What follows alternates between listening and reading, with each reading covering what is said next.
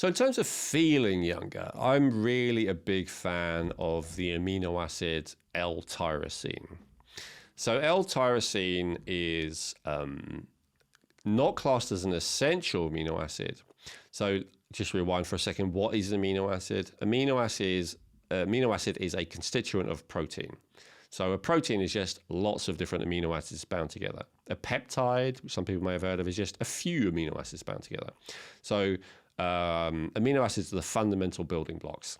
So there are 8 that are considered essential, and then there's a bunch of others that are considered non-essential because your body can make them, but often it may not be making an optimal amount. One of the 8 essential amino acids, I always mispronounce, but it's phenylalanine. Thank you. Now, phenylalanine gets converted by your body into tyrosine. It does have its own uses, but from my point of view, the main benefit of phenylalanine is that your body can turn it into tyrosine. So why am I rating tyrosine so highly? Well, you know, we want to like rejuvenate our bodies. We want to feel younger. That's what the series is all about. And a lot of it's just about feeling better, right? Like literally, how do I feel about my day? How do I feel about my life? How do I feel about myself? And in terms of how you feel, I don't think there is any other amino acid that is as effective as l-tyrosine, except for maybe glycine, which I'll talk about in a separate section. So L-tyrosine is the building block for 3 essential things. First of all, it is, well, God, let's say 3 essential categories. First of all, it is the building block for thyroxin, otherwise known as thyroid hormone, or T4 and T3.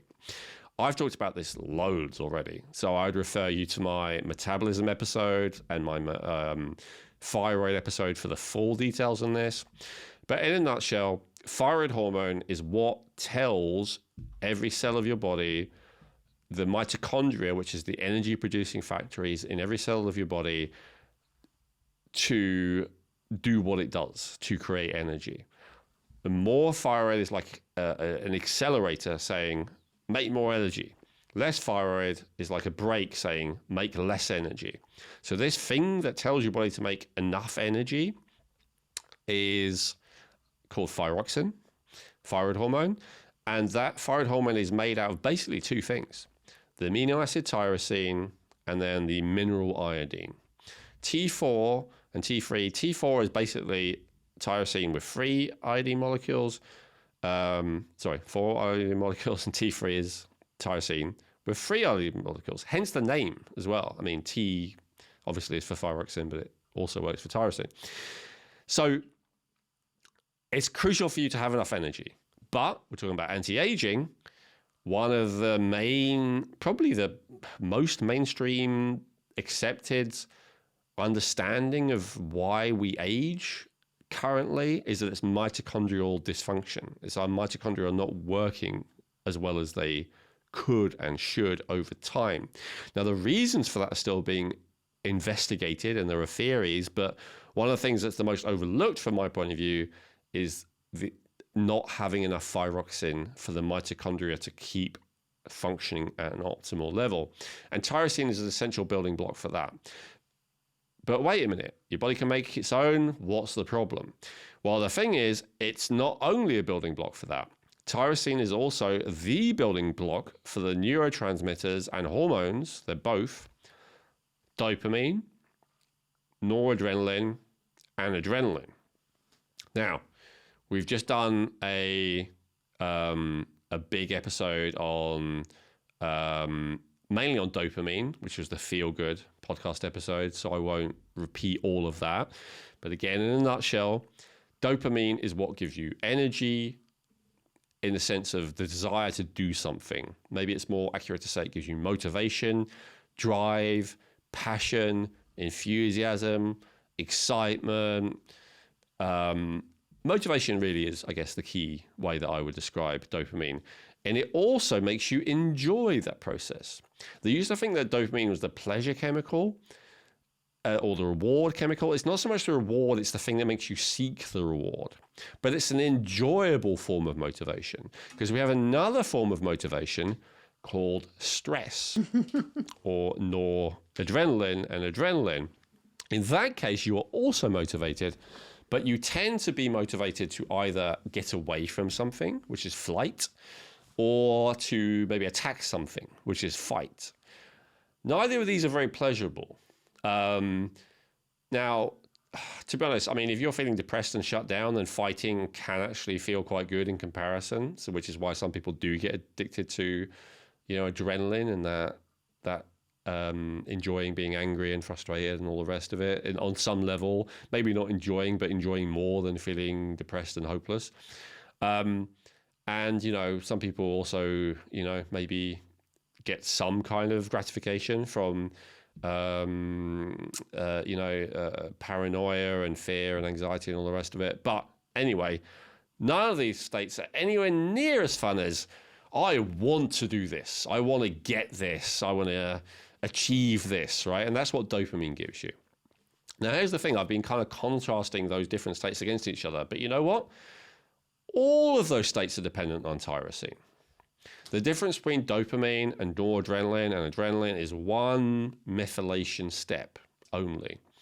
And so without tyrosine, you would not be able to feel any of those things. And so that's why one of the reasons why people take tyrosine most commonly as a separate nutrient rather than just as part of food, as part of eating protein in general, is when they're low in energy. So if you're low energy, first of all, it's giving the building block for thyroxin, which helps you to create cellular energy.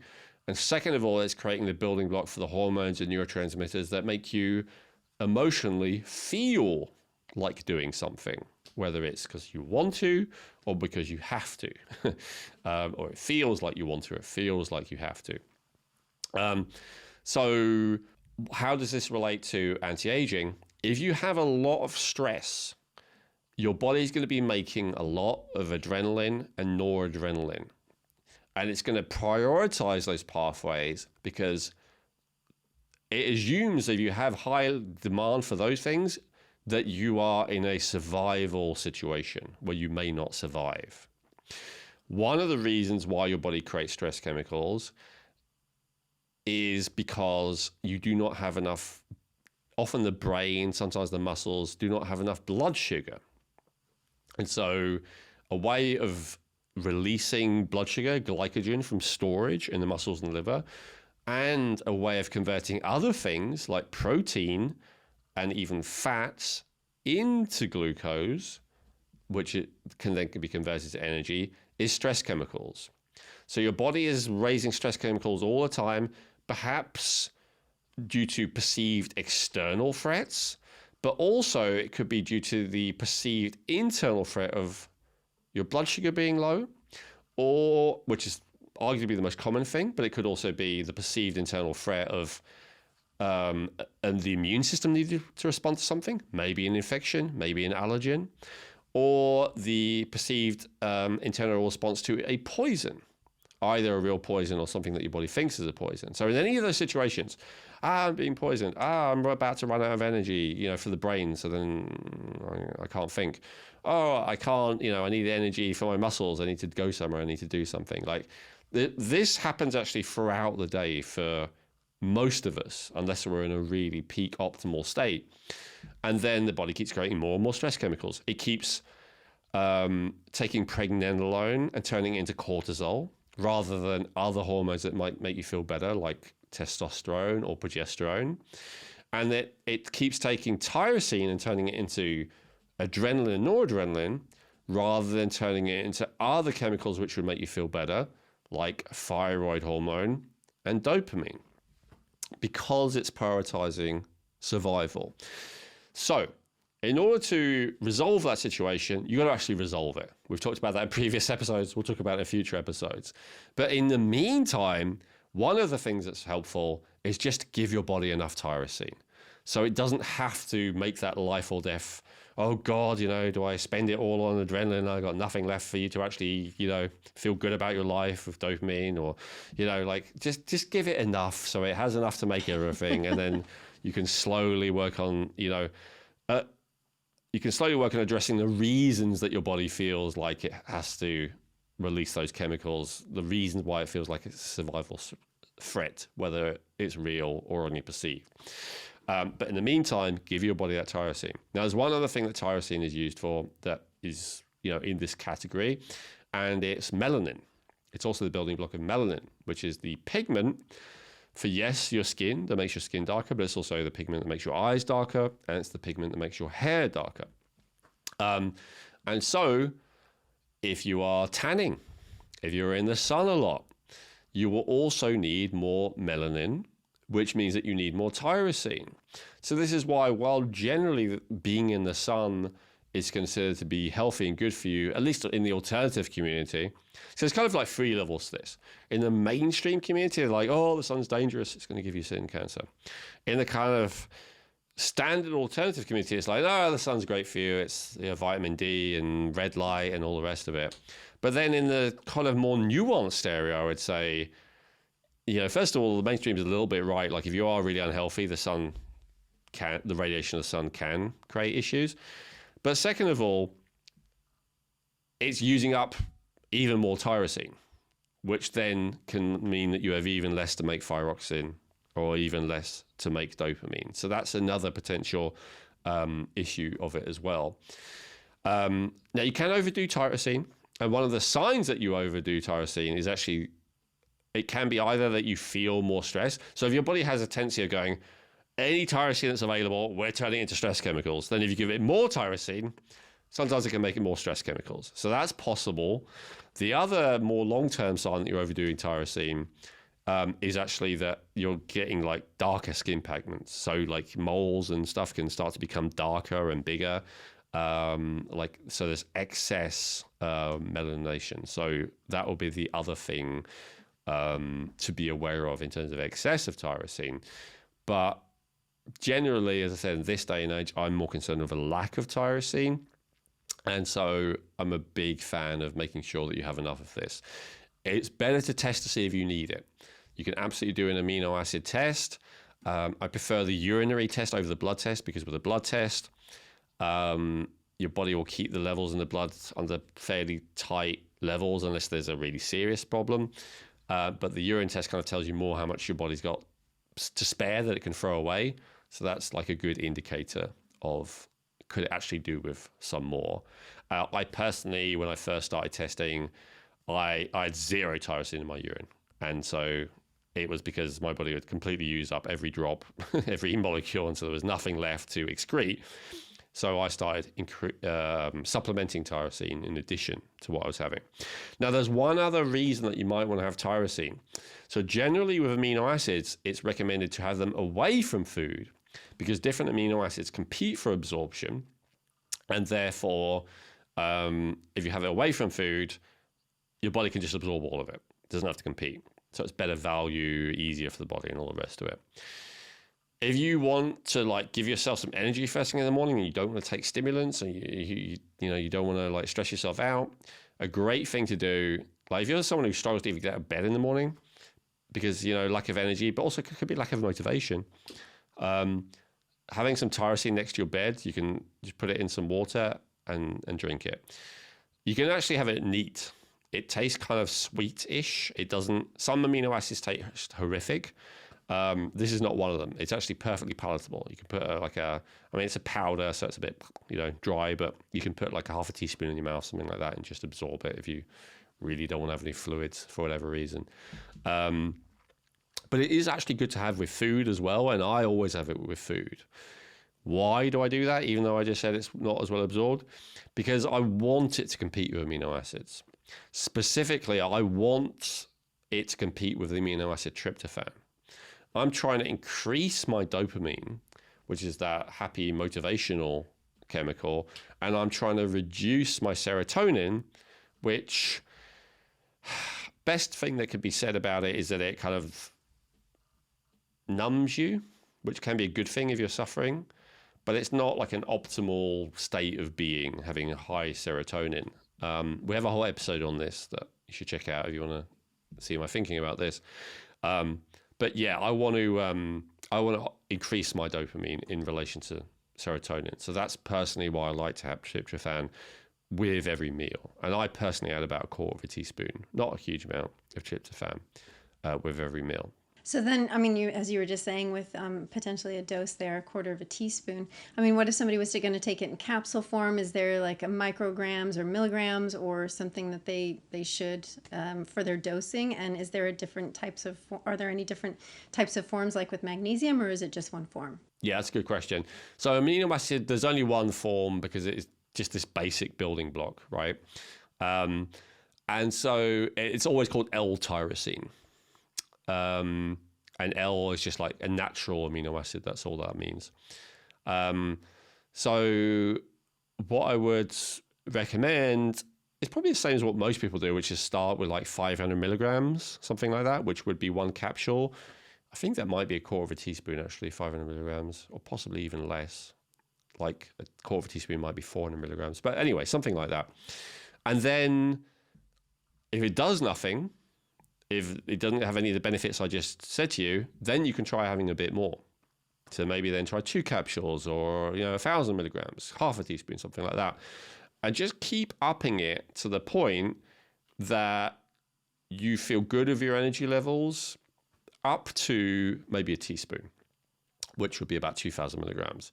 I wouldn't recommend having more than that just because of the risk of the excess melanin over time that I mentioned. But that's really the range that I would be working in.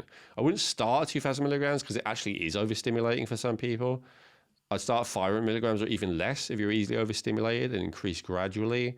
But that would be the kind of range I'd work in. That's really great. I didn't ask this for the previous categories, nutrients that we talked about. But in this case, how long would somebody potentially take tyrosine? That's a good question. Well, in this case, really, as long as you need it. And so why would you need it?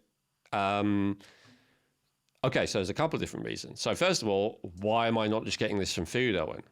You might be, right? You might be getting plenty from food. This is why I said testing is better. Most people, though, are not absorbing enough amino acids. And I phrase it that way specifically. There's 2 reasons for that. A lot of people are not eating enough amino acids, first and foremost. High carb and high fat diets tend to taste better. High carb and high fat foods, basically, tend to taste better.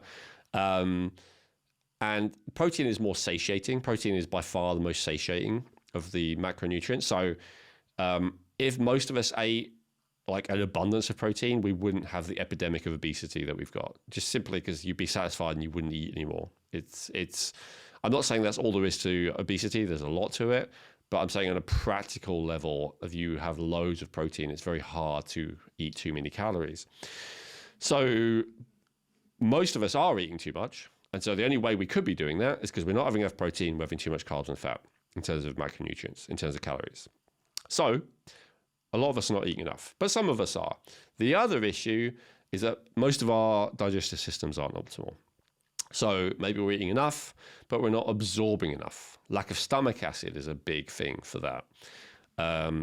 Stomach acid is necessary to break down the proteins into simple amino acids, but all of it, leaky gut, diarrhea, acid reflux, SIBO, it goes on and on and on. IBS, all of those digestive issues will reduce the effectiveness of your body absorbing those nutrients. So those are the 2 reasons. If you have good nutrient absorption, again, I phrase it that way, not digesting, because a lot of people are unaware of the digestive issues they have. But if you know for a fact that your nutrient absorption is good, how do you know that for a fact? Probably by testing a broad spectrum of nutrients. And if they're all in pretty optimal levels, you can go, guess I'm absorbing them well, right? But if, you are having a lot of protein and you are absorbing it well, then you definitely don't need tyrosine. Even if you don't eat a lot of protein, or if you don't absorb amino acids well, you might not need tyrosine. Maybe there's other amino acids that are more important for you. So then it's more just, do I recognize the symptoms of what Elwin's talking about? Does my thyroid need support? Which we have a whole episode, delving into, I recommend. Do I recognize what Elwin just said about dopamine? Do I find it difficult to tan, right? Or even, there's this thing which is blamed on autoimmunity, which I think is sometimes true, but where you actually start to lose color pigment in some areas of your skin, right? Vitiligo. I would say that is an autoimmune issue, but it's not only an autoimmune issue. It could also be due to a lack of melanin, but that's more dubious. The more obvious one is the thyroid, and the number one though I'd say is the dopamine. Do I enjoy my life? Why do I do things? Why do I get out of bed in the morning? Do I get out of bed because I have to and everything will fall apart if I don't? Or do I get out of bed because I want to and I can't wait to do the things I'm going to do? That's like the most easy distinction. And if it's not because I want to and because I love what I do, then that would indicate like a dopamine, which would indicate you might well benefit from some more tyrosine. And then with tyrosine, would there be any precautions, contraindications, safety concerns that you would like to share? Yeah, just that, you might feel overly stimulated if your body turns too much of it into the stress hormones, adrenaline, noradrenaline. And then long term, the excess pigmentation. So if you feel the stress, then just reduce it until it's manageable. If you don't feel the stress and you're having a maximum dose, then just be aware, periodically, as you should do anyway, check your moles, check that everything is all good. But again, if you stick to 2,000 milligrams mass, most people who are having a decent amount of protein are having way more than 2,000 milligrams of tyrosine anyway. 2,000 milligrams is a very safe amount to have that. Most people on a high protein diet are probably having 5 to 10,000 milligrams of tyrosine in all the food they have. So it's not, an amount that I would be concerned with.